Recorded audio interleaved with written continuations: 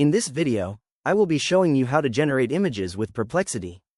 Let's get started. I'm starting on the Perplexity support page to explore the new image generation features. I can now ask the AI to create or edit visuals across web, mobile, and desktop apps just by typing a prompt into the search bar.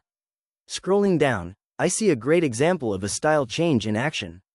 By asking the AI to make this image cubist style, a standard photo of a dog is transformed into a unique digital painting that matches the requested artistic movement perfectly. Next, I'm looking at a more complex request to see how the AI handles detail.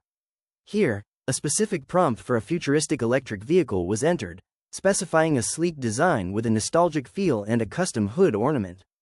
The result is a high-quality, professional render that captures every specific instruction provided in the text. Now, I'm checking the settings to see which models are available for these generations. Under the Preferences menu, I can choose from several powerful engines like GPT Image 1, Nano Banana, or C Dream 4.5. This allows me to find the specific AI model that best suits my creative needs for each project. Finally, I'm reviewing the FAQs to understand the usage rules. I can easily edit images by clicking Regenerate or providing more feedback for adjustments. I also see that generation limits vary depending on the plan, and that Pro or Enterprise users have the rights to use their generated images for commercial purposes. That is how easy it is to start creating and customizing high-quality visuals directly within Perplexity. If you found this walkthrough helpful, please consider liking the video and subscribing for more quick tips and tutorials.